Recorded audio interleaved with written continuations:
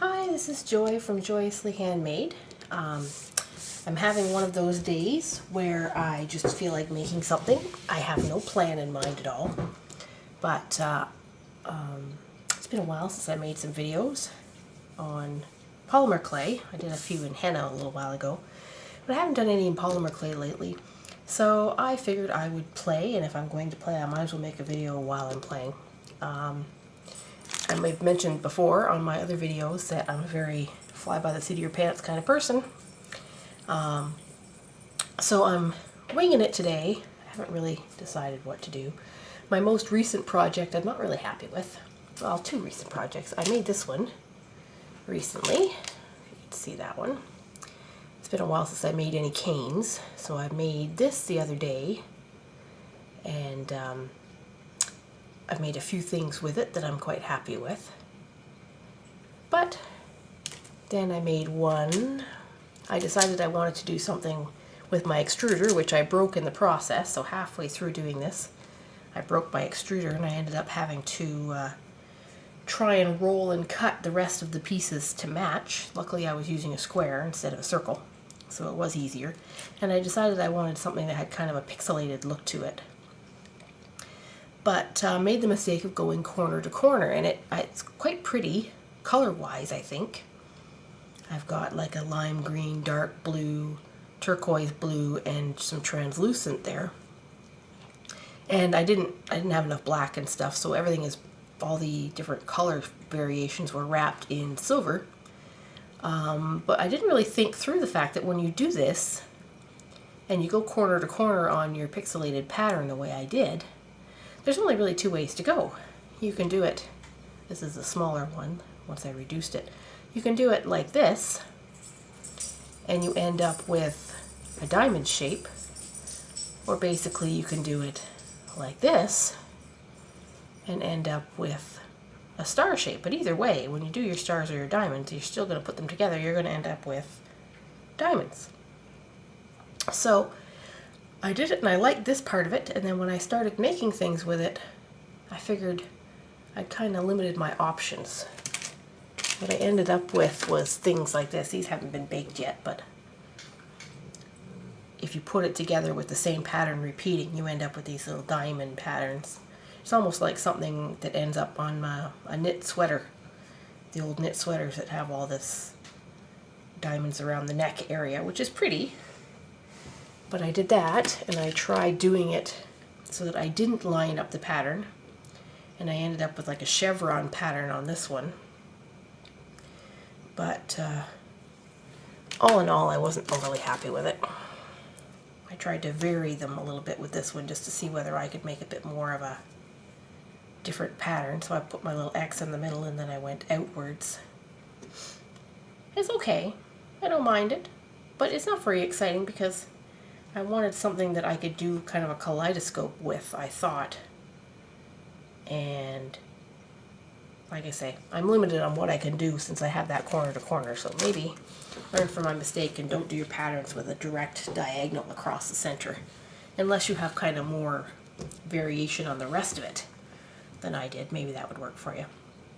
Anyways, today I haven't really decided what I want to do. I'm all out of black, so things I would usually wrap in black I don't have. I have some white I might wrap in white. I have a collection of colors just kind of sitting around. I've got lots of bright colors like these. And then I've got some pastel colors.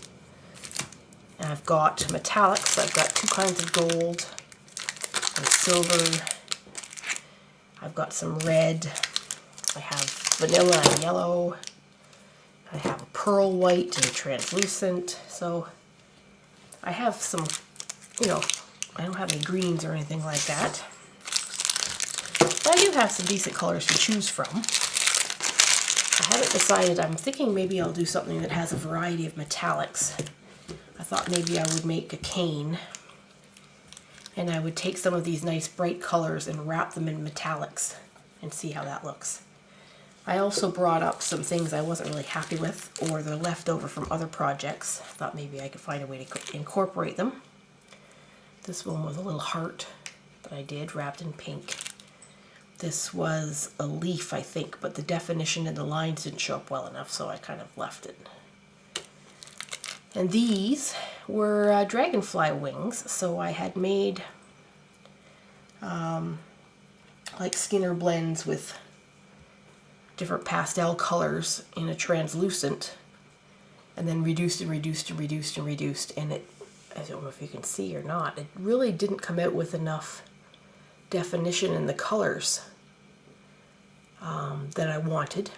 I mean, it's see-through. If it's really thin and you hold it up to the light, you can see them, which is kind of what I was aiming for when I was doing dragonfly wings. But I haven't figured out what else to do with it since then, because obviously it's really pale. And there's two little bullseyes I have left over from things. So these are just kind of, they're leftover junky things. I'm not sure if I'll put them in there or not.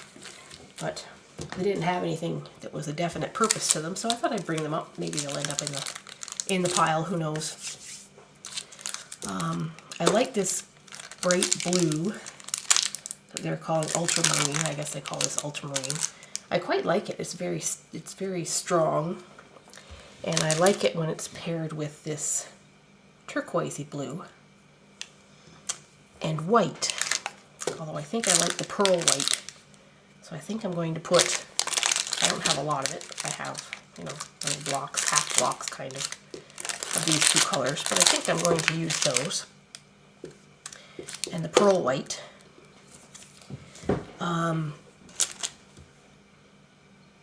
Trying to figure out what to do with them. I'm thinking perhaps I will wrap one of them in silver and one of them in gold as I use it. Same silver? Yes, they're the same silver. Okay, so I usually just kind of do this by holding it up to it and saying which has a better contrast. And I like these together, but I discovered on my last pixelated one that I showed you there, there's not a real high contrast between the two.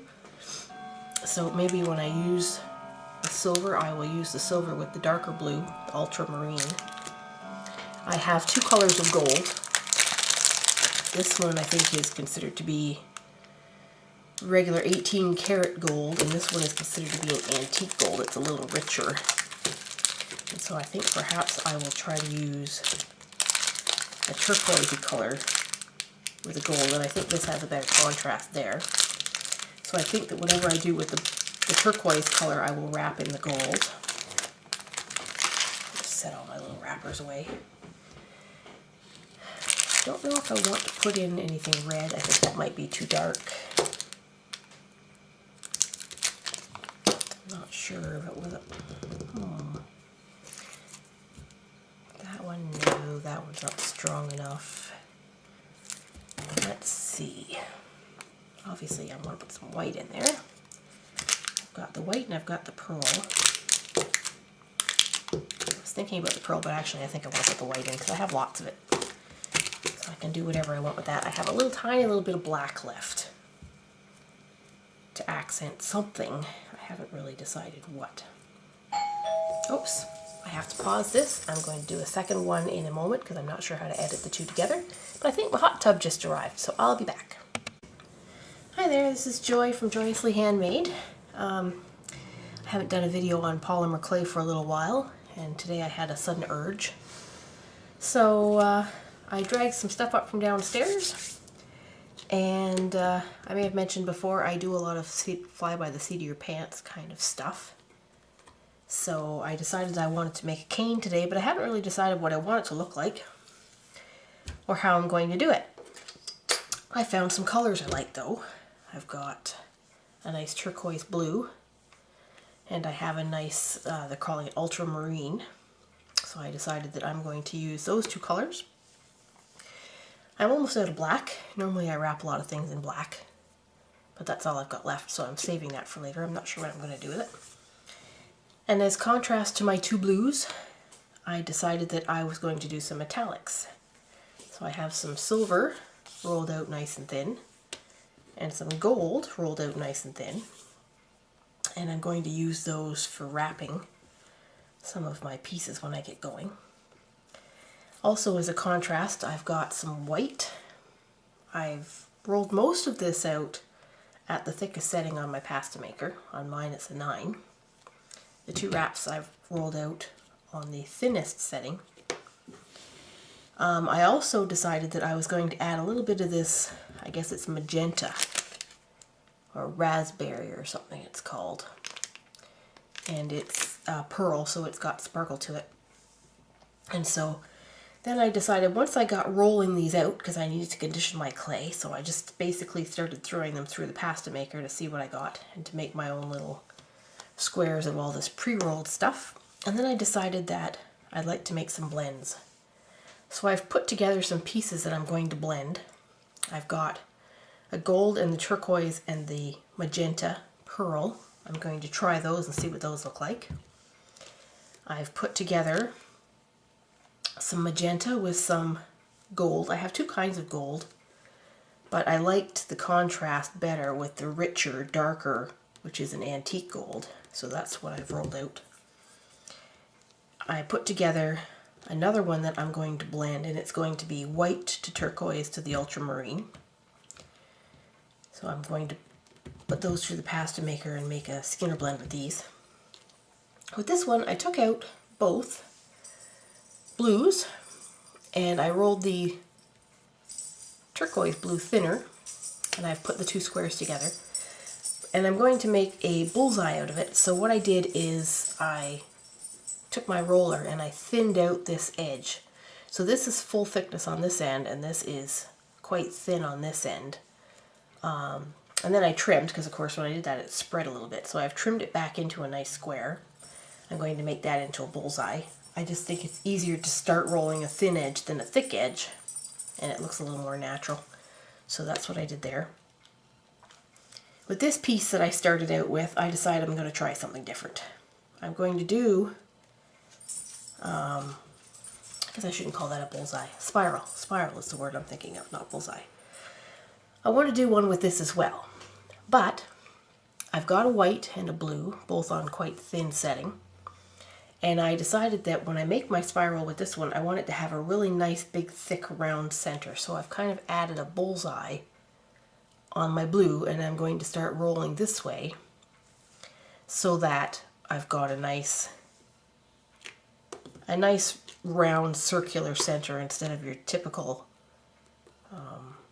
spiral center. I don't know how it's going to look, but I just kind of decided I wanted to give it a shot.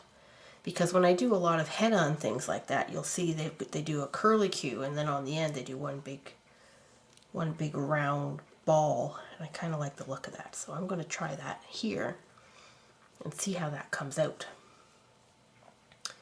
So basically, yeah, it's coming out like this. So it's got the blue curling around and around and around, and then ending in the big ball in the center. And I like the way that looks, but I think what I'm going to do is I'm going to trim the edge a little bit so I don't have a big blob at the edge.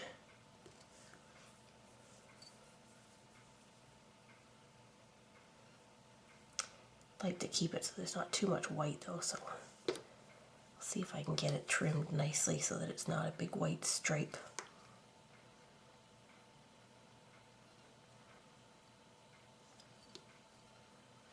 Now I've also got, whenever I do the squares, I've been kind of setting aside the scraps. I did a video a little while ago and it was about handmade bales. And one of the comments that I got from it was asking how I made the centerpieces, the cabochons and stuff, that some of them looked like, almost like stone. There are lots of videos that you can find on making faux stones, but honestly I looked at a lot of them and I tried some of them and they look quite nice, but I don't really care with my stuff whether it's realistic and it looks like a particular type of stone. Usually when I do things like that, it's more a case of using up scraps, because you always end up with all these little bits and pieces, and sometimes you can peel the colors apart and keep them separate and you've got your leftovers that you reuse next time. Sometimes once you get them together, they're thin enough that you can't really peel them apart without a lot of effort or waste. And they don't like to waste, so I just kind of make a ball at the end of whatever I'm working on. And at the end, we'll show you how to use that to make basically a faux stone. And it's the same as anything else you make. If you're making with scraps, you're using it to make a back piece or something. Like with this, I didn't like this at all. I was winging it with some scraps that I had, and I didn't like the finished product here. But the scrap pieces that I used when I was finished to make the backing piece, as you can see, turned out to be really nice, kind of a marbly thing. So it's quite pretty on the back. I don't really like the front at all. But anyways, this is all I'm usually doing, is I'm taking my scrap pieces and I'm blending them and mixing them and putting them through the pasta maker, and eventually you get all these nice marbly lines and different color variations and things like that. So that's what I usually end up doing with the pieces that I can't peel apart, separate into their own original colors. And that's fun to do. So I also used some of that when I was doing that project to make this one. And then I made like a rolled bail and edge for that as well. So again, it doesn't look like any kind of natural stone that I'm aware of. I just kind of like the marbly blends of colors and the patterns that it gets. And so that's what I usually do with my scraps. So that's why I've got this set aside. And someone had asked me to do a video on how to do that, but I don't think it really requires a whole video, because all you really do when you're done is roll it a few times and twist it and put it through the pasta maker or whatever, and you end up with that kind of thing. So that's what I'm doing with all these little bits and pieces. I'm going to start putting together my blends and things. So I've got my first little pinwheel roll. I have no idea how I'm going to put these together yet. I haven't really decided, because like I say, always a seat of the pants kind of person. I'm trying to decide really whether I want to have the dark on the outside or the light on the outside for my other spiral. And I think because I've got this one with the dark on the outside, I'll use this one with the light on the outside. And I'm taking my thinned edge, and that's where I'm going to start rolling. I find it really, really hard to start the edge of these. This is not my forte, is starting the edge of these. That's why I roll it down as thin as I can on the starting edge, because I just find it makes it a little easier to get going. Okay, tuck your ends in and just keep rolling. And I had a bit of an interruption earlier. My hot tub arrived, so I had started doing all this and then left it for a little while, and I've had to get back to it now. So some of my my clay is a little cracked because I conditioned it a while ago and it's been sitting in the air. But since it's all going to be rolled up, the only edge I'm really worried about is the outside. So I'm just going to kind of roll it in my hands, get it warmed back up again so that any of the little cracks and things will just blend back together.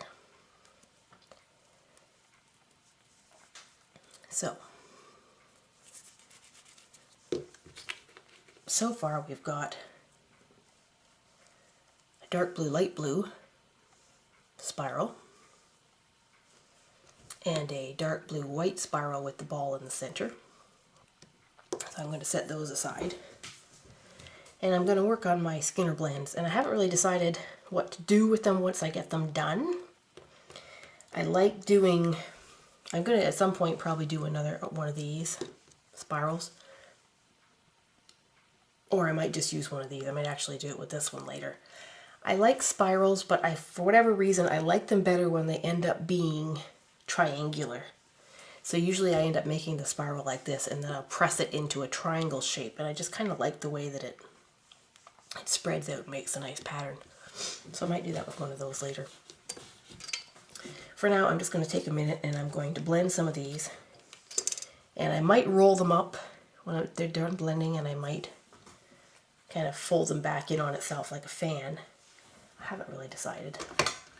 Kind of all depends on how it comes out in the wash. I'm just going to change my pasta maker to a lower setting. Like I said, all of this stuff I started more or less on the highest setting. The pasta maker is a little old and squeaky, so I apologize for the noise. And of course, once you start, you're going to take the pasta, you're going to put it into the machine this way so that your colors aren't stretching way out. You can do that at the end, depending on what we're going to do with it.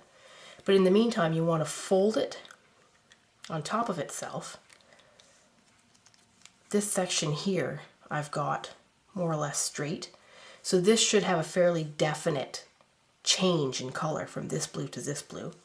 And this one, as you can see, I've cut on an angle, and that's going to give me an area in the center where these colors blend. And then we're going to make sure, in case you haven't seen these videos before or done this before, to put the folded edge into your pasta maker so that you don't catch air bubbles. Obviously you can see that there's lots of room for air to get in there. If you go this way into the pasta maker and roll, it pushes all the air up into the center, and then it's hard to get it out. So folded edge in.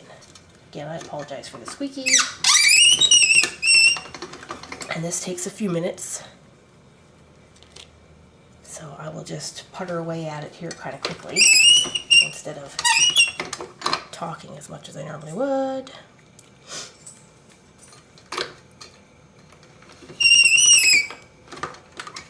The more often you do it, the more blended. I don't know if you can see or not yet.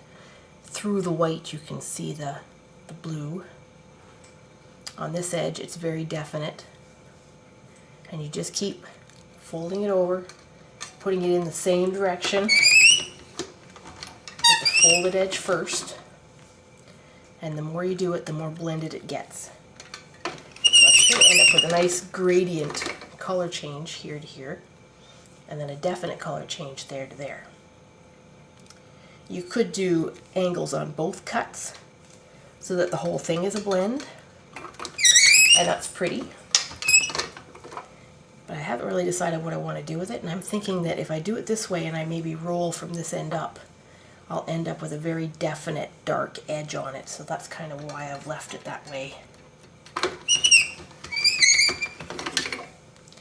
Again, see, the more you do, the more blended you get, and the more gradual. I find it tends to spread the width of my pasta maker as well. It's getting wider this way as I go. If it gets too wide for my pasta maker and you've got a solid color on each end, it's easy enough just to kind of fold in your solid color. You don't want to get it anywhere near where the blending's going on. But you can fold in your solid colors. And then that way it doesn't end up getting really, really wide on you. And then it will fold itself when it hits the edge of the pasta maker. You want your edge to stay nice. Really, you want to make sure what you're keeping lined up is where the blending is going on. Because you want your line, your definition between the two colors to stay nice and sharp.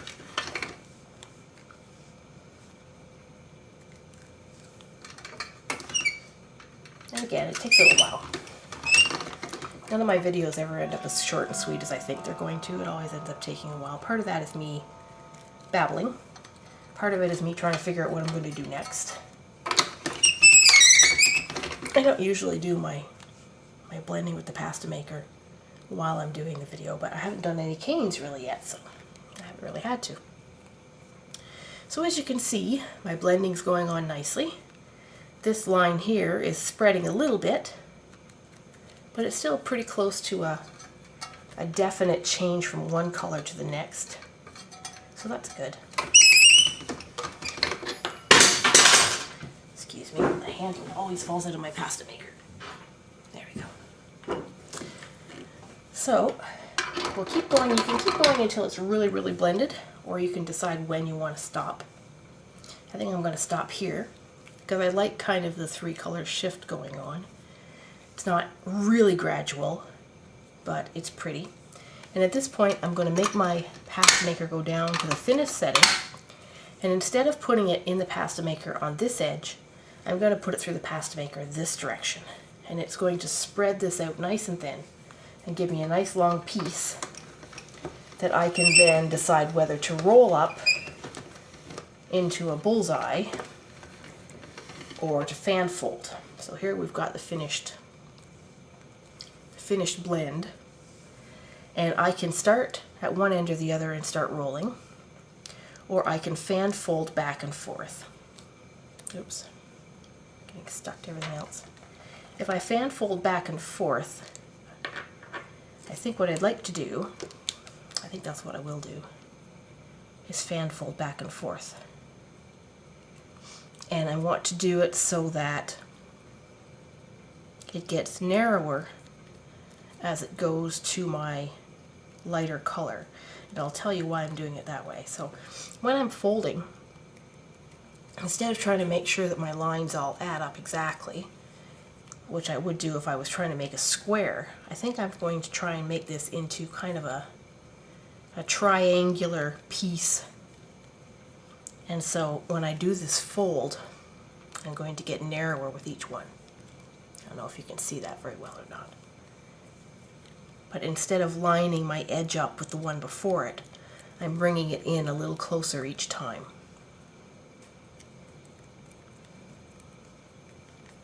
It's not perfect. My colors angled a little bit as it went through. But because it is polymer clay and it is so flexible, you can kind of push and shape it after you're done.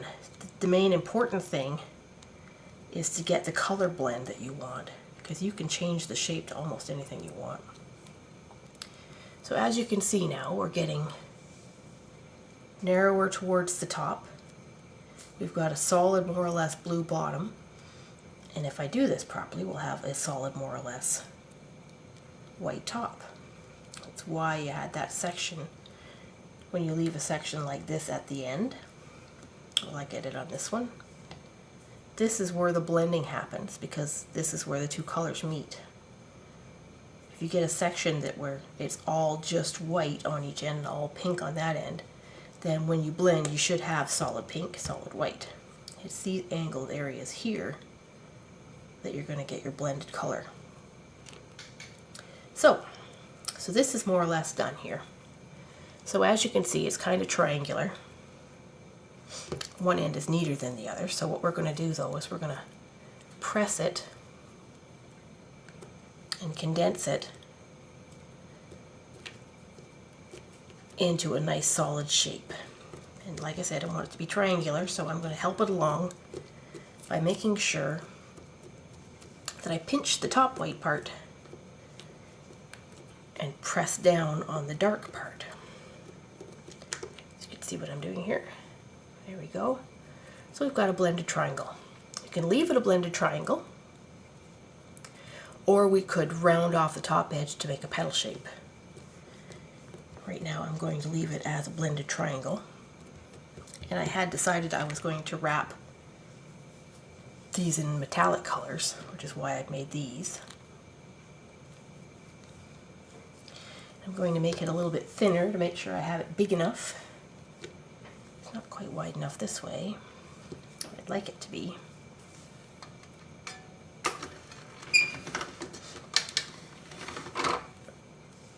That wide enough that way now? Yes, all right. So when doing this part, I'm going to line up. My edge isn't perfectly straight, but I'm going to line it up as well as I can and press it down onto my wrap color.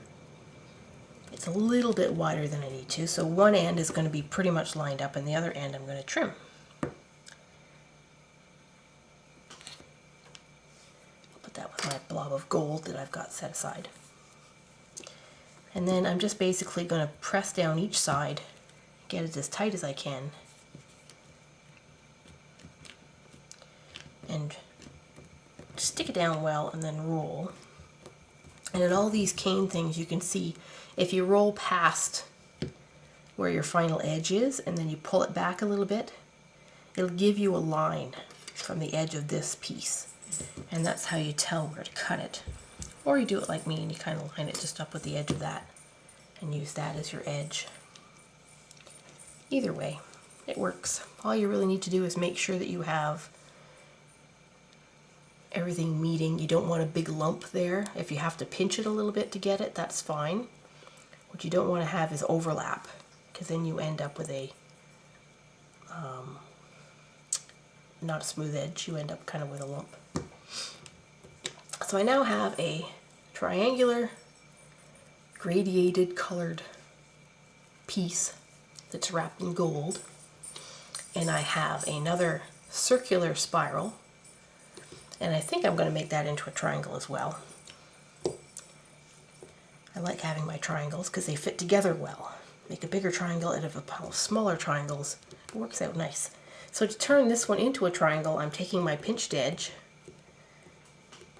and I'm pushing down towards the table so the edge that's on the table becomes flat. Pretty straightforward. And I've chosen the edge that had the seam on it because I like having that line there. If you do a kaleidoscope cane and this is the edge that's touching, you'll end up with like a little star or some sort of pattern from where this dark line meets every time around. So it could end up looking like an S if you line it up with another piece that's over here. So I've got that one. And that one. They're almost the same length, so that works out well. I'm not going to wrap that with anything yet because I haven't decided where I'm going to put it. This one here, I'm not going to wrap it all, I don't think yet. I'll worry about that later. So my next step, I think, will be to finish my other two blends and then decide what I want to do with them. So the first pass through is kind of the most important for keeping the pieces together. Obviously they start out as separate pieces, they're not really stuck together, they pull apart really easily. So just kind of squish it with your fingers along the edges. Because if you don't, sometimes it'll pull apart in the pasta maker. You don't want that. You have to try and make sure it's more or less stuck into one piece before you start. Alright. Forgot to turn my pasta maker back so it was on the thinnest setting there. So it blended real quick. So there we go. So I'm not sure what color this is really going to turn into when the gold and the pink blend, but I'm interested to see. I think it'll be a pretty color. You have rose gold jewelry and things like that that have a pink and gold color blend, so I'm thinking that might be the effect I end up getting.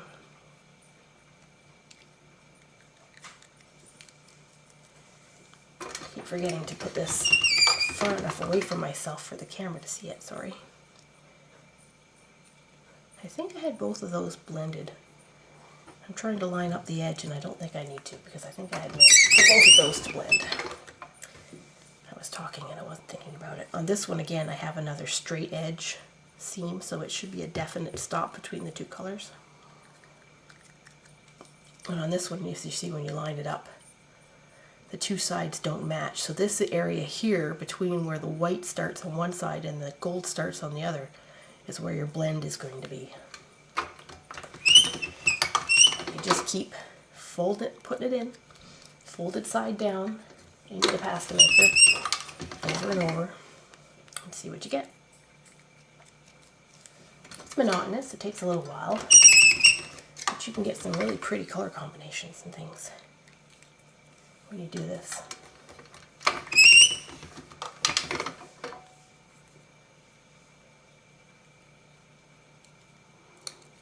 So in this case, because I am blending here and here, I'm lining up these edges to make sure that I have my piece straight. And again, when it gets too thick, too wide for the pasta maker, I'll fold in the solid portions just to make sure that everything stays tidy and it doesn't go up the sides of the pasta maker when it gets too wide.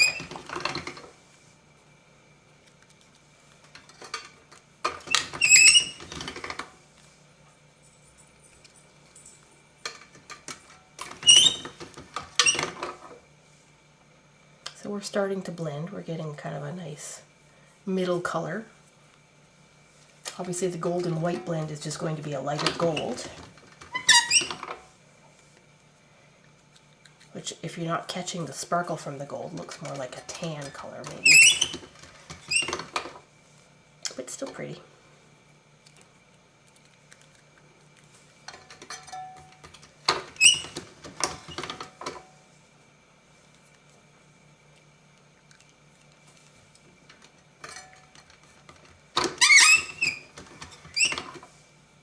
So again, I'm getting a little too wide. I'm folding my white and my pink in towards the center before I do my fold.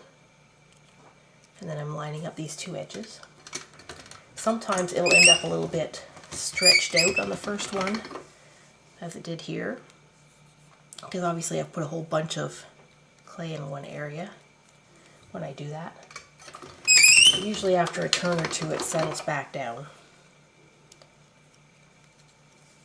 The important thing is to keep it from getting unmanageably wide so that you can keep blending. You have to be able to blend it often enough to get your nice graduated color. I think I'm only going to do one or two more turns, because I think it's quite pretty.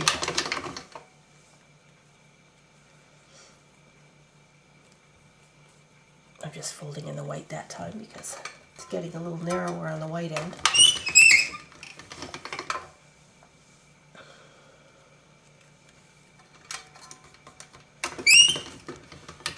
Okay, so I quite like it now. So this is what I've got. So we've got a gradual white to a darker gold, solid gold in the center, and then we've got a gradual switch from the gold to the magenta.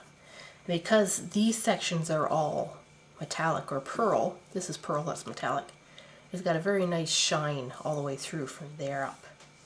So I like that. So I'm going to switch my pasta maker down to the thinnest setting. And I'm going to start at my light colored end. And I'm just going to pull it through. And I'm going to do it one more time.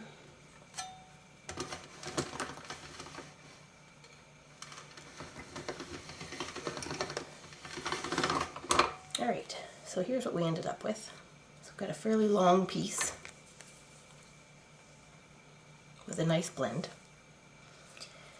And unlike the other one that I fan folded back and forth, I think I'm just going to start, and I'm going to wrap with white later, so I'm going to start with the dark side, actually, the pink.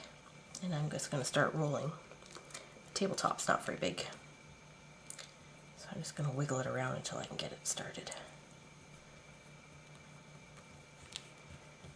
Before I do that, I'm actually going to straighten out my edge to make my life easier. Why I was trying to roll that, I don't know.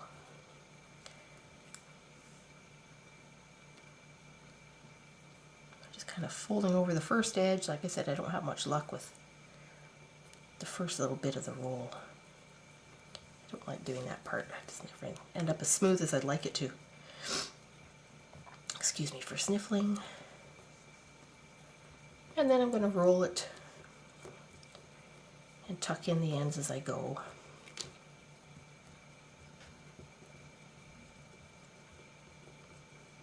Alright, so it's not perfect. My edge is a little lumpy. I'm going to take some of it off. That edge is a little long. Take some of that off. And into my scrap pile that I might make into cabochons or something later. So I've got a pinwheel, a bullseye,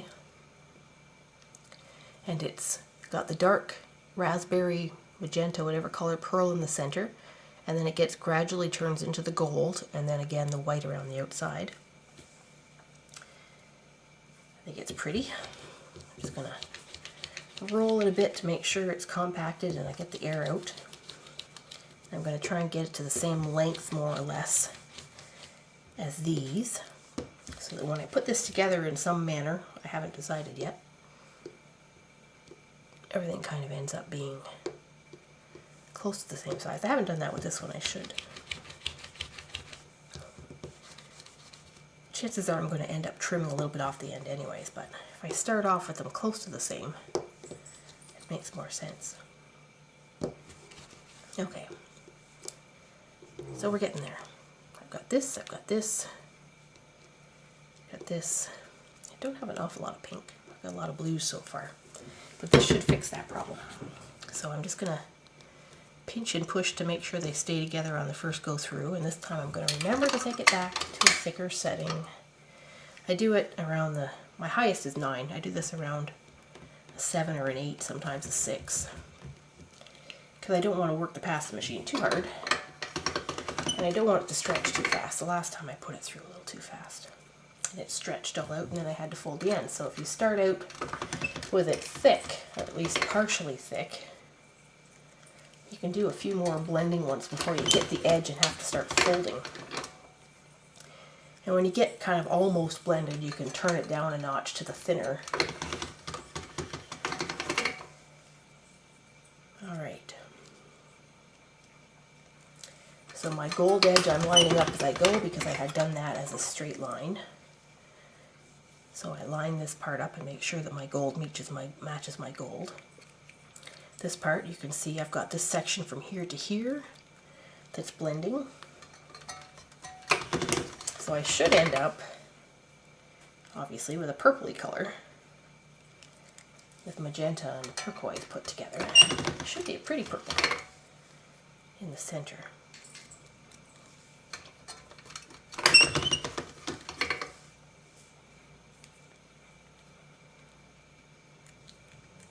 I'm not very worried about this edge right now. At some point I'm going to have to fold that magenta back on itself. Actually, I can do a little bit of that now. I'm really more worried about matching my gold so I don't end up accidentally blending the gold and the blue any more than I have to. Again, so you can see the purpley colors coming out. Some people manage to do this and they do it, make it look so easy, and everything ends up coming out in nice long squares and everything's all lined up nicely when they're done. I just end up doing a lot of trimming and stuff, or fudging to get it to work. But I still have fun with it. So I'm going to fold my gold in here. I'm going to fold my pink in there because I am getting too long for the pasta maker.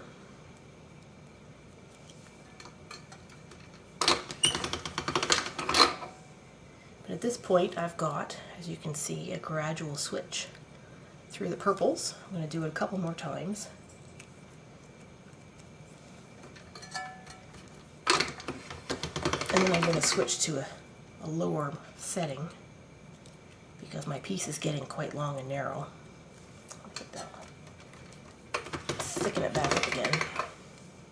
There, that's getting nice. Now I've got a gradual purple. So now I'm going to put it down couple notches and do it a few more times.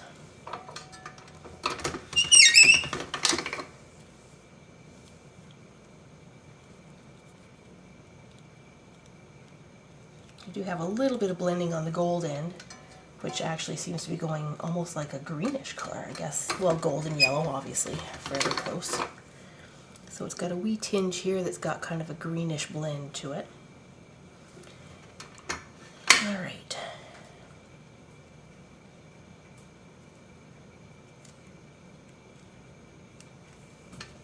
I'm pretty much at the width of the pasta maker now.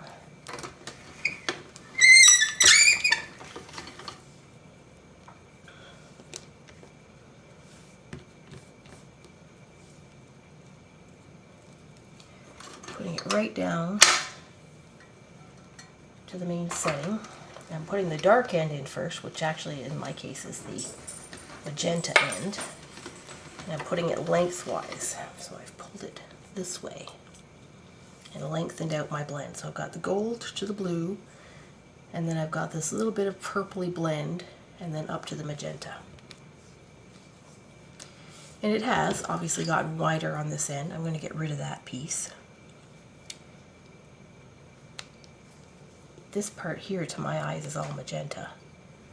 So I'm going to put that in with my magenta blob of scrap. Put the blended bit in with my other blob of scrap.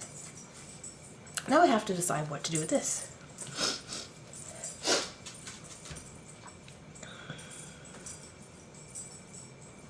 And I'm just not sure. A couple triangles. Maybe I'll try and do a little square. So maybe I'll fan fold back and forth a little bit to get a nice little square piece. So I'm starting at the gold. I'm not going very wide. I'm just kind of fan folding back and forth. And instead of last time where I went gradually narrower towards the top, I'm trying to line up my edges as I go so that it stays more or less a tall, narrow square. And you can see the gradual color change. It's got the gold, it's got a little bit of a tiny green tint here, and then it's got the blue turquoise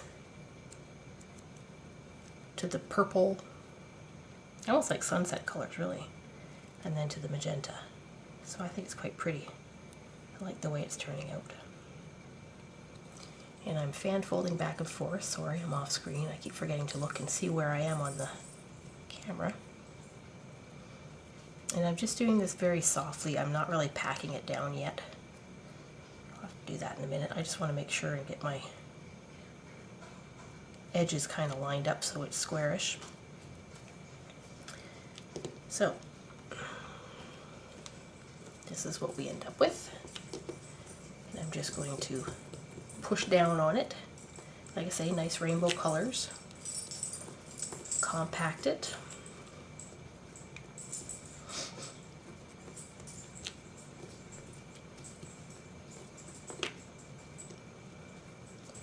Not quite the same length. I'm going to push down and make it not quite as tall. It's getting more square. It was tall and skinny. And I'm going to do that until I get it almost the same lengthwise as the others.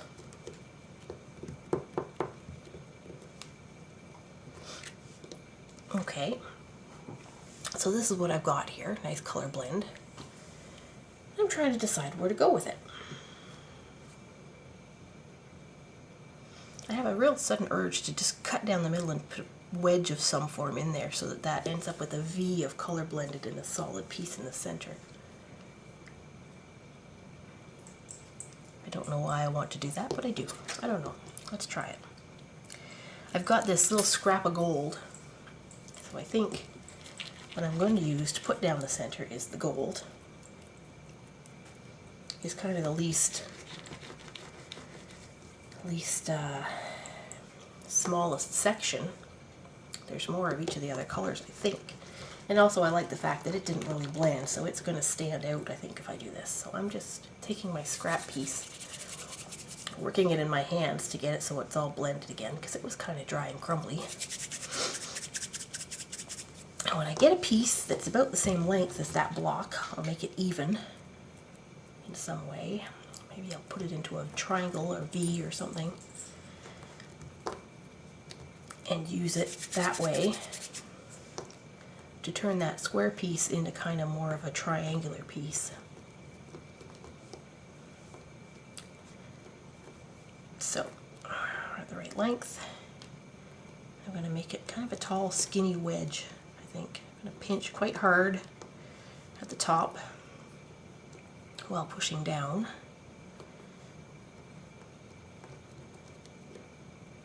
And obviously that's lengthening it, but still. So I think now what I'm going to do is I'm just going to line this up and I'm going to cut with my razor blade down. I'm not going to go all the way through. I'm going to go right down into the magenta color on both sides. I'm going to split it. And I'm going to tuck this triangle piece into it. So now I have basically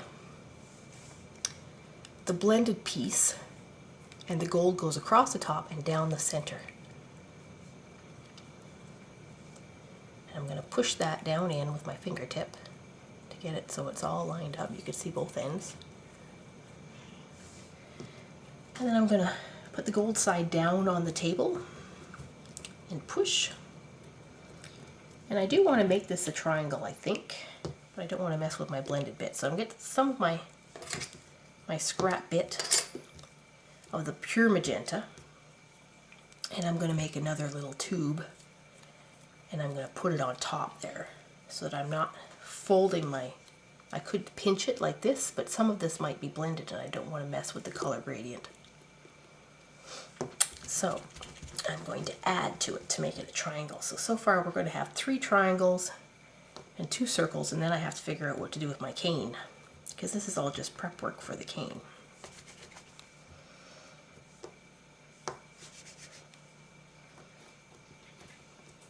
So again, pinching the top, we're going to set it on here, push down and pinch so that we now have a triangle. And obviously that's going to have to be played with a little bit to make sure those pieces are stuck together and blended nicely. So that's what I'm doing. Just keep pushing it around, make sure it's stuck on there good and it's all the nice shape. So this is what we're ended up with. And I think I want to wrap that. I don't want to wrap it in one of the colors that's in it. So I think I want to wrap it in some white. I'm going to take this piece that I had cut thicker for something else. I hadn't really decided what to do with it, but I cut it thicker anyways. Or rolled it thicker, I guess I should say. I think I want to wrap this in pure white so that all that nice bright color stands right out. And again, I'm lining up one edge and this edge. I'm going to trim it to the right length. Set all my white stuff aside so I can use it for something else. Push it down well and then roll. And just kind of lift and pull back towards the corner to make sure that this edge here, the corner, is tight. Push down, roll. Again, lift it and wiggle it a little bit to make sure that it's right into the corner. Get a little narrower as I went, it seems. There we go, okay. So now I'm going to trim off that edge. Set that aside with my white. So this is what I'm ending up with. I think it looks beautiful.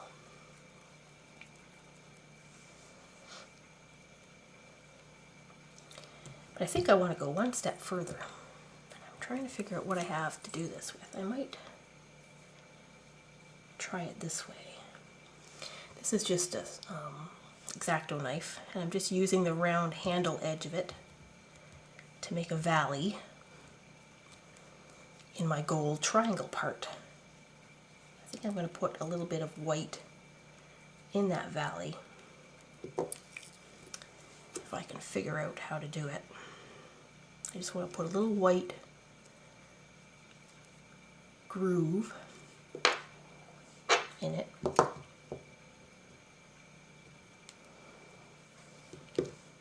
And a little white roll, maybe.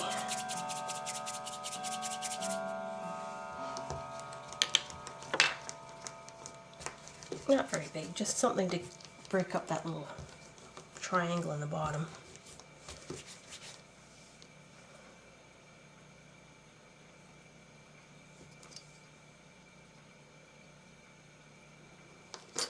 See how I like that.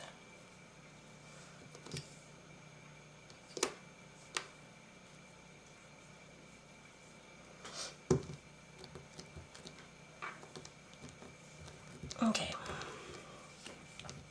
So we have this here. We have these, and these, and this, and this. This is what we've got for pieces. So now we have to figure out how we want them put together.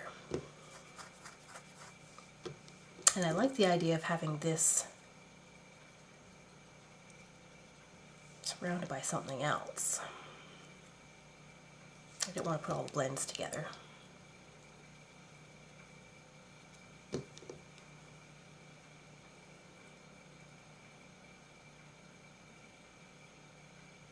I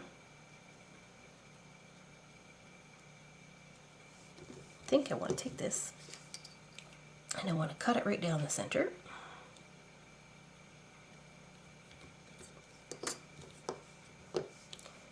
And I want to put that Should stretch that out a bit before I cut it. Put that here.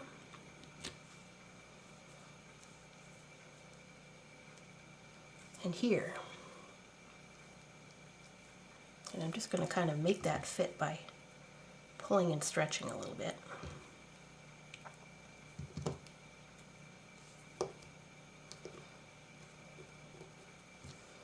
And I'm going to put those there. I'm lining my white up with my white. Here we go. One side's a little bigger than the other because I didn't measure quite as well as I could have.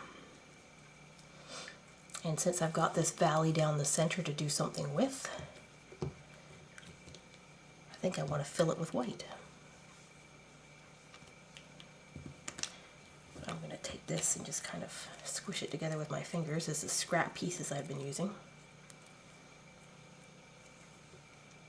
And I'm going to make myself another triangular shaped roll.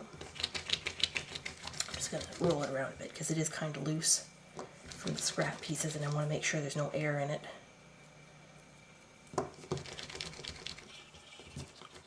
If you start rolling it around and it kind of disintegrates in the middle, you had an air bubble, and that's not good. Okay, compact it down so it's a bit bigger. And I'm going to make a little triangular wedge out of that too. I'm getting really triangular today. Let's see if I can make it the right shape to fit right in that groove between the two half rounds. So I'm pinching fairly narrow on top. Hopefully it ends up being a little curved. Maybe it's too tall. Too tall. So I'll push it down flatter. I don't want to have to trim it if I don't have to. So this is going to fit hopefully right in that groove. I'm going to push it down on the table to flatten it out and trim it.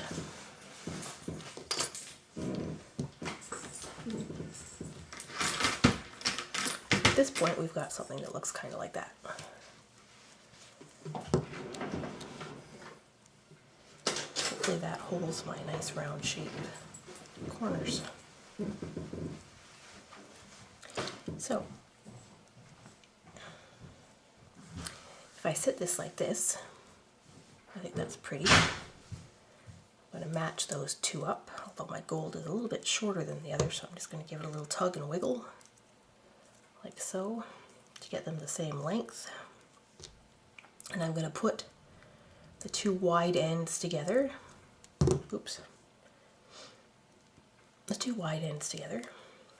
I'm just going to kind of squish them together as good as I can for now.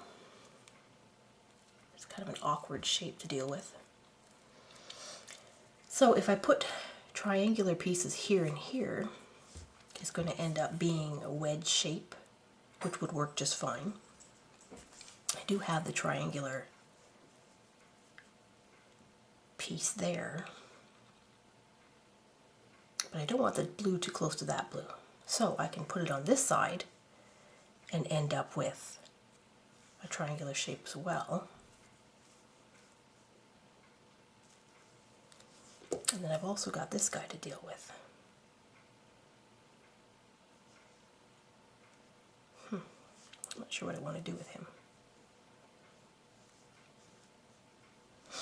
And I've only got one of these. So I need two things and I've only got one. So we're going to make this bigger. We're going to make it longer, I should say, so I can get two of them out of it. And then we'll fill in the space that's between with something else. So when compressing a triangle, obviously you're going to do one side at a time, flip it over, just keep pinching the top and squishing towards the back. And then every so often you can give it a little smoothing out and that helps stretch it. Doesn't take long. The edges will always distort. But as you can see, I like how the spiral looks better in a triangle to me, I think. So I'm adding that to the scrap pile. Here's the other end. And then I'm going to cut this in half, more or less. And we're going to decide whether we want to put it down here on the white side. Maybe like that. Oops. I like that, that's nice. Okay, so I think we're going to put that like that. And we're going to put it far enough down that the white stays between. I don't want to have all blue on the top. Switch to the other end and make sure again that they're stuck down. Lots of white in between. So now in order to get this to a nice triangular shape, I kind of need to fill this space here. And I do have this. But again, I think what I'm going to do is make it smaller and longer, cut it in half, put one on each side. So that's what we're going to do. Obviously, making a tube or a cylinder smaller is the easiest thing because you just roll with your hand. The only thing about it is if you do have a line like this and you're doing the rolling with your hand, like you did with Play-Doh as a kid, sometimes this will twist. So I just stop once in a while and give it a pull to make sure I still have it lined up.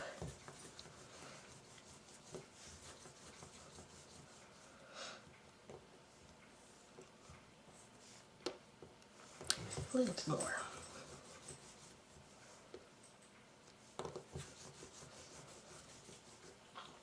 And we're going to straighten up our line again. I think that'll do it. And I'm just going to trim a wee bit off the edge.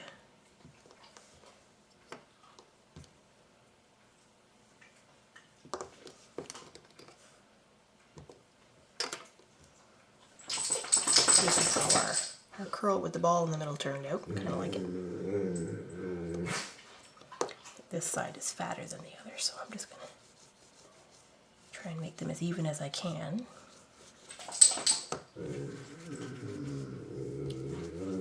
That's a bit better. And cut it in half.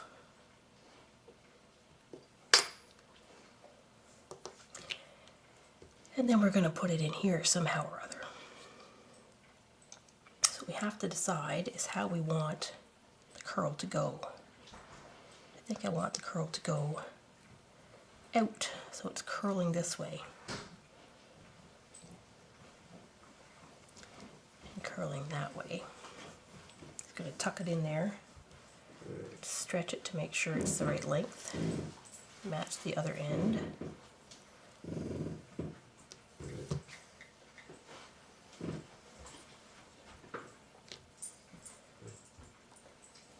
Like so. Give it a little press to hold it all together. So now as you can see, this side here, in this little area, is a lot narrower than a true triangle. And I could just kind of push it all down into the shape I want, but it'll morph all my shapes. So I'm going to try and figure out what else I can do instead. I need to put something thin here and here to fill that space. And I think I want to make some stripes. I think I'm going to stack these a little bit. My silver and my turquoise. One half again. I have a little bit of turquoise left. Maybe I can get another thin strip that I can make a proper stack. We'll see. I don't think I had that.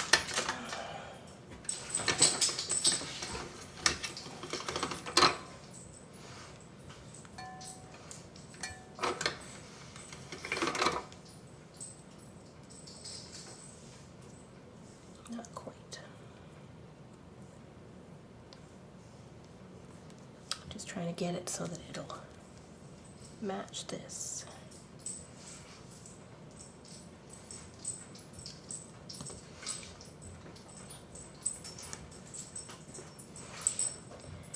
I'm going to lay that on top and I'm going to trim the whole thing so it's the same.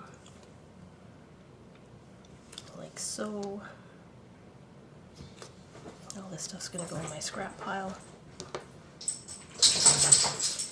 And that means that I can set this blue on top of that silver and have a full stack. So that gives me silver blue, silver blue, silver blue, across like that. Lining up my edges and trimming. So now I have a nice striped stack.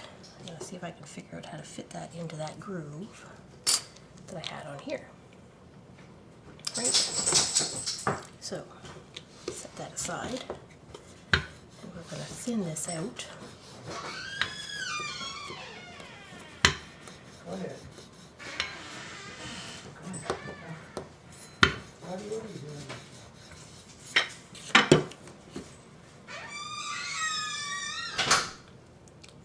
Like so.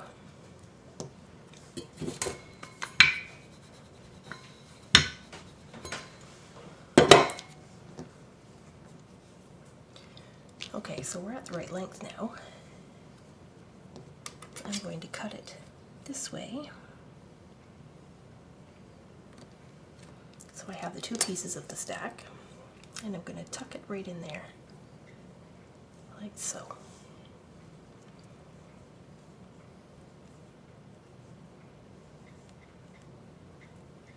But before I do,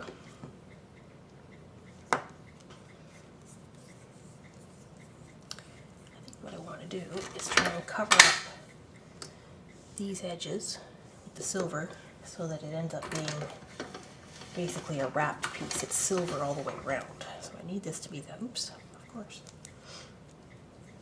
I'm going to work some of my other waste silver into this to make my life a little easier. And I'm going to wrap that piece on silver just to delineate between that blue and that blue. Delineate? Delineate. I guess is the word I'm looking for. So I mushed it around a little bit. Put it through the pasta maker a time or two to get it so that it's squarish first.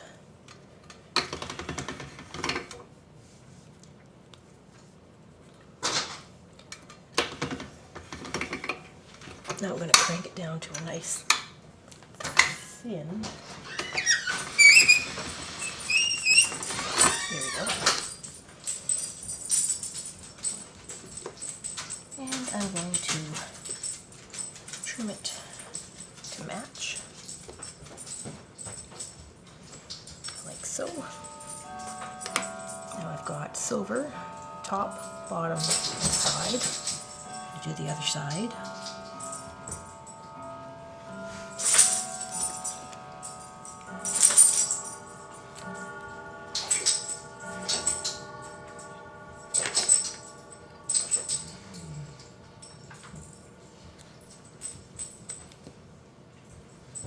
Like so. Again, top, bottom, and side. Like so. Trim that very well.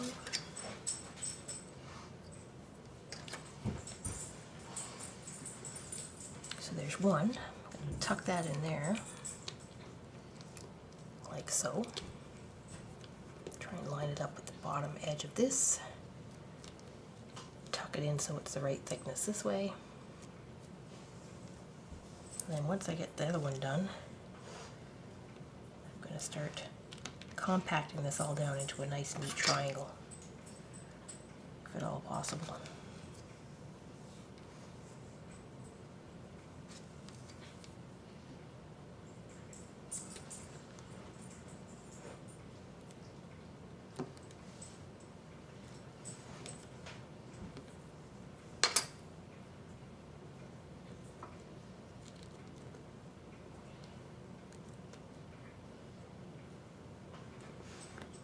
Okay.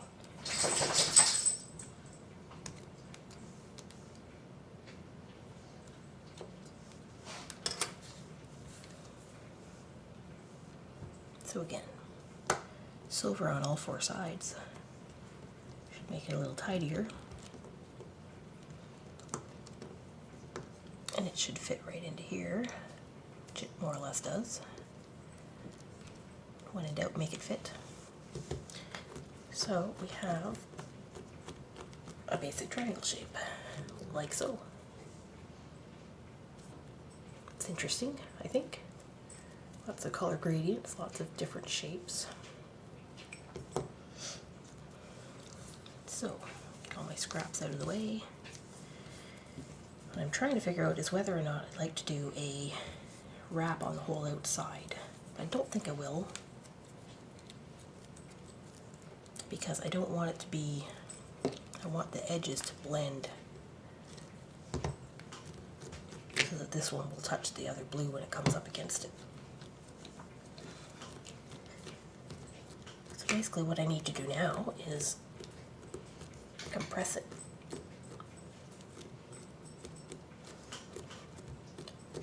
I'm just going to make it the shape I want by force, stretching it out as I go.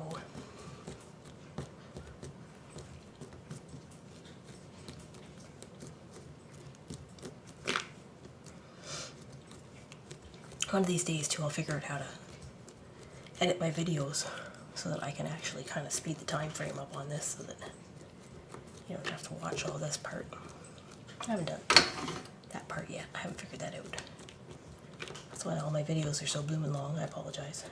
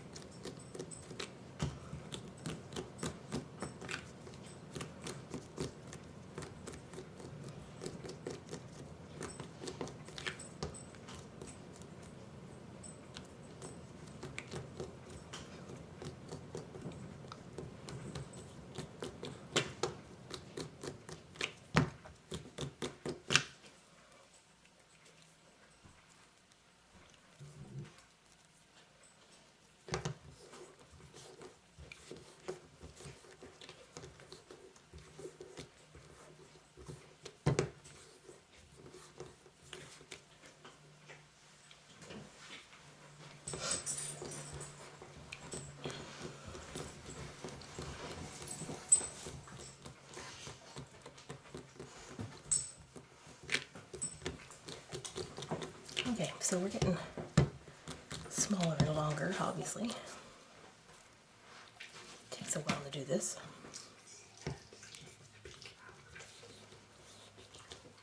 I'm being told I'm not enunciating, and I need to talk louder. I was talking louder before you got home, actually, but then I felt kind of like an idiot sitting here muttering to myself. So, with an audience, I now have an audience that isn't just the dogs. So, it seems sunny to talk to myself. Anyways, so we're getting there. We're getting bigger.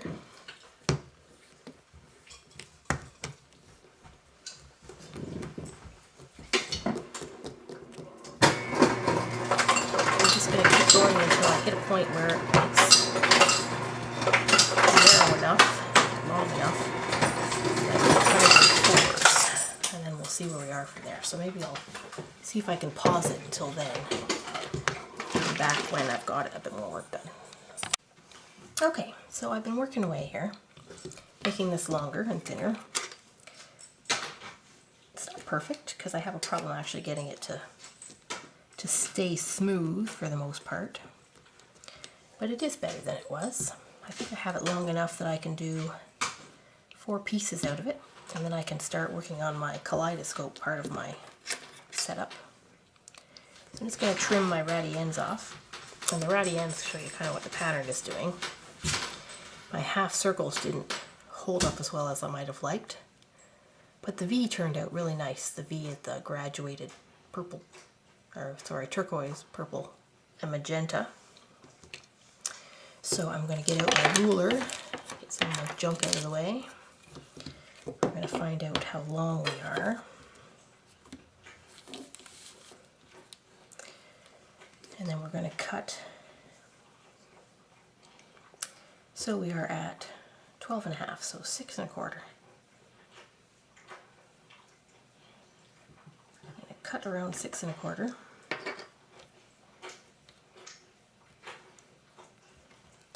Like so. Pretty close. And then 6 1/4, half of that. Well, so 3 1/8, something like that. Close as we can get it without me doing math. Get my ruler back out of the way. Okay. So, this is what we've got. Now, we could do, I could make this into half a octagon, which would be kind of cool. I think it would make a really nice octagon. We could do alternating this way, and then putting a triangle up here to make a bigger triangle. So in that case, these would line up here and here, that pattern. The stripes on the corners would line up, so it would give it kind of a diamond shaped. Here, I'll get rid of these so it's easier to see what it would look like if we just put those ones together like so. And what kind of pattern we get. And then again, if we did here like so, and here like so, we end up with this kind of a pattern. Or, as I was showing at the beginning, you could match up to make octagons. So we could take our white solid part and put that as the centerpiece. And if you do that with several pieces like so, you end up kind of with a nice starburst effect almost in the center. And it looks almost like a mandala, like a flower is forming with all this pink in the center. I really like that. But before I go and decide that's what I want to do, I'm going to try putting the other edges together as the main part and see what happens. It's not a perfect triangle, so sometimes the skinniest edge works the best. But if we chose to put these edges together,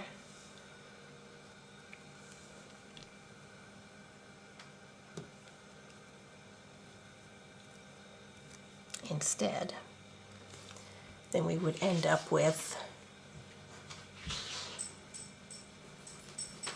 wait, that's not right. That's not right.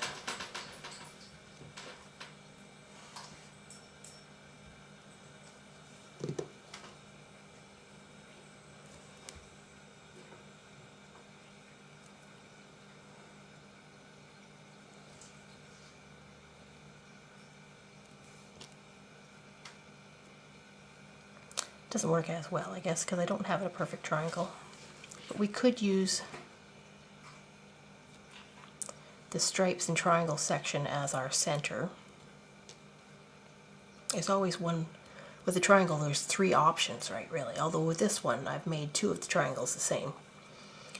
So it would end up being, I don't know if you can see, it almost looks like a pinwheel in the center with an offset triangular spiral, and that looks kind of cool too. It doesn't look, I don't think, as cool as having the pinwheel in the center. They're sticking together pretty good now because I've had it quite warm with my hands.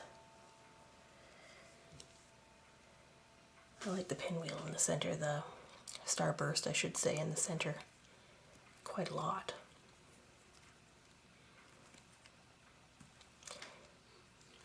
Now, I could do that with 4s and make it an octagon, in which case I would stick these 4 together, cut it in half this way, and then put end to end there. think I might actually do that. I'm just going to line all this up nicely first. Make sure all my edges match and my corners match on both ends.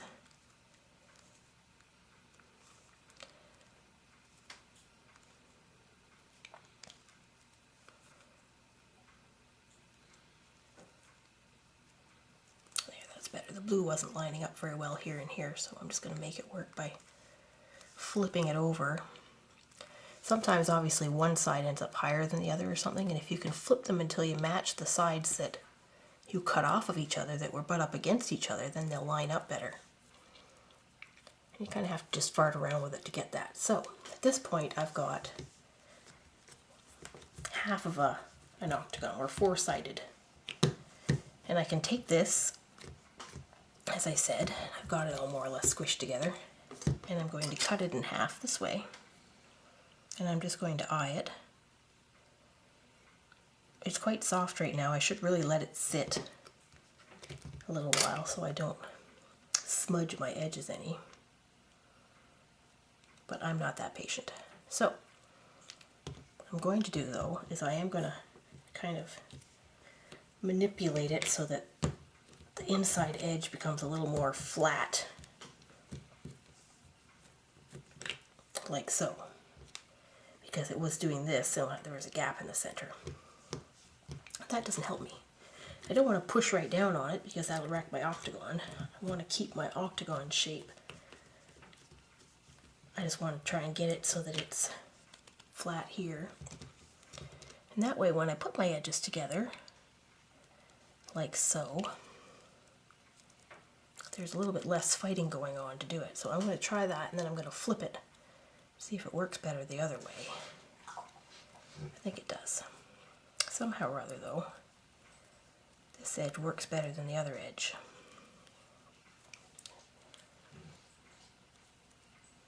So, I'm just kind of wiggling and fighting to get those lined up a little bit better. There. Sometimes you have to kind of pry it apart and put it back together a couple different times from different angles. So when we get to this point, we have a really cool looking kaleidoscope, which I quite enjoy. So now if I take this and I compress it, the only way I'm going to be able to compress it really is to flatten this side, roll it, flatten this side, roll it. So you're doing one side at a time. You're packing it down flat. You can do it with a roller or with your thumb, but you have to make sure you've got a flat side underneath and a flat side on the top because you want to keep your angled edges. And it would take quite a while to do this, obviously. I could have stretched it out longer before I started, but I like to have a nice big pattern to look at.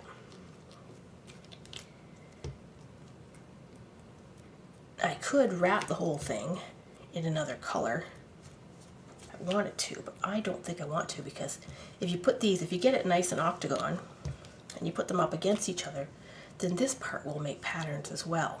This and this up against each other will make patterns. And you could end up with something really neat. So I'm going to keep on playing with this and trying to get it to a nice octagon shape. I'm also trying to get rid of the little bit of air in the center where it didn't join up perfectly.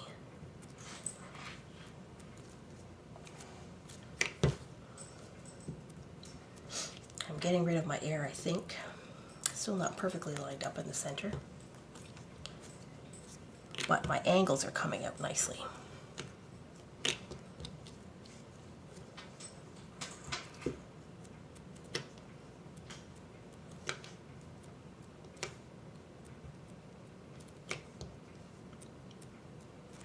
So I'm going to pause again and I'm going to play with this for a while and then I'll get back to you. Alright? Okay, so I'm back. I'm running low on battery, so I won't be long. I've been compacting my octagon shaped cane, and I cheated a little bit because I got frustrated with it, and what I did is I made it into a cylinder and I compacted it as a cylinder. And then I went along afterwards and we flattened out each side. So I know that this is my outside edge of my octagon. So I've been pushing down between each of the white lines to make it back into more of an octagon shape. And as usual, of course, you lose some of the end. So I'm just going to slice down into that. Haven't let it rest very well, so hopefully it doesn't smudge the pattern too awful much.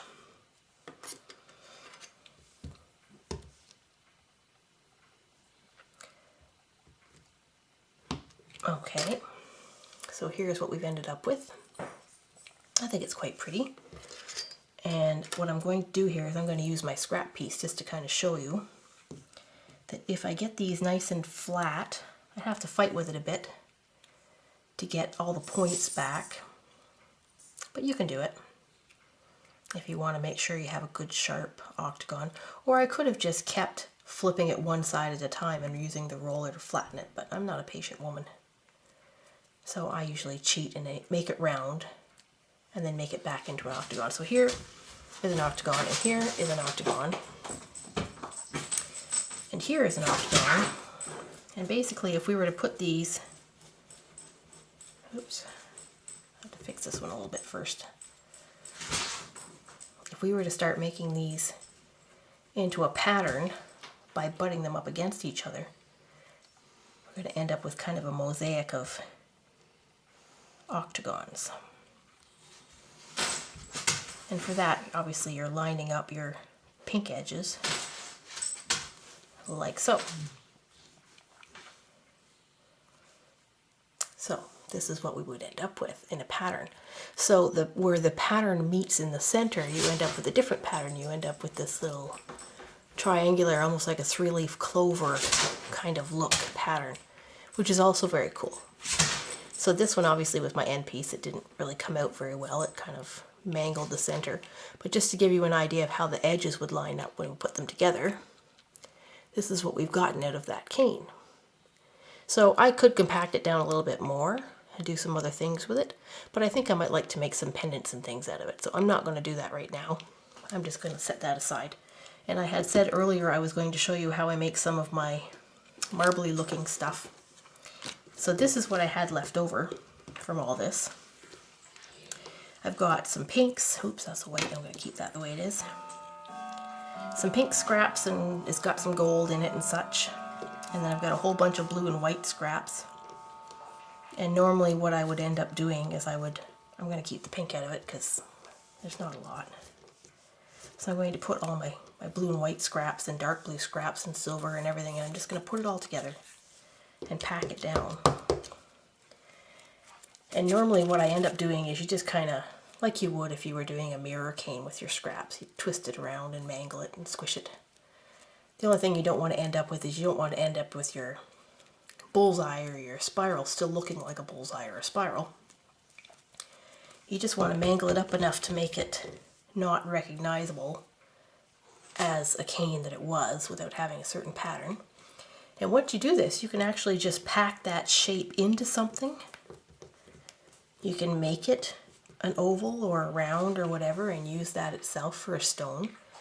If you want more pattern, you just keep twisting and keep flattening.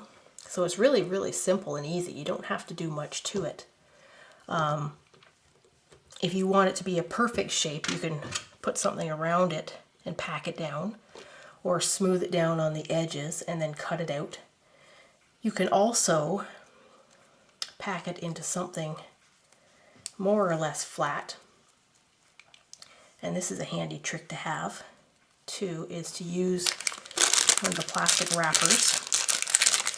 And you can use it to smooth your fingerprints off. You can also use it so that when you cut with something like this, because it's pretty thick still right now, but you cut with the plastic on top, and then what you end up with is a very rounded cabochon edged thing. See, it's the plastic, because it was still on it, pushed down the edges very nice and smooth so that it's very rounded on top. And again, you don't want your fingerprints on there for that kind of thing, so you smooth it off with the plastic between your fingers and there. And so you end up with a nice little marbly looked cabochon that you can make the bails and the special edges for and all that kind of stuff if you'd like. You can also take the bits and pieces, and now that I have kind of an even amount of colors, I'll put the two together and I'll break them up in pieces so that it's not all big chunks of blue together with big chunks of pink, and roll it around in my hand. And what I usually do with this is you can roll it out by hand with your roller kind of thing if you want to, but I find you get really dramatic effects if you just put that right through your pasta roller, because then it stretches out the marbles. And you start out thick and you just kind of put it through. You can put it through one way or the other way. If you don't like it, fold it over and do it again. But the more you put it through, the more you get these long, stretched out marble effects. So again, I could fold this in half and say, no, I don't really like that. Fold it in half, figure out which side you like the best. I think I want more colors, so I'll fold it this way and I'll put it through again. And it gave me kind of a really pretty marbled color. So one side's got more of a long stripe, and one side obviously has marbles. Now, the more you do it, the more it's going to blend. So you don't want to do it too often. You can do it a couple times. The more you do it, just the more blended you get and the more kind of muddy your colors get. So now this is very thin because I've put it right through the pasta maker. So what you can do is take a scrap piece of something else, make it the shape you want it, make it round, make it circular, square, whatever it is you want to do with it. If you want a big square, something that you want to make a little ring or something, you can make a square and you can lay that over top. And then put your plastic on, like we did with the other one. I don't know where I put my plastic. And cut it into the shape you want. Do I have any kind of, I have a square shape here. This obviously isn't rolled out flat enough for that. It could be.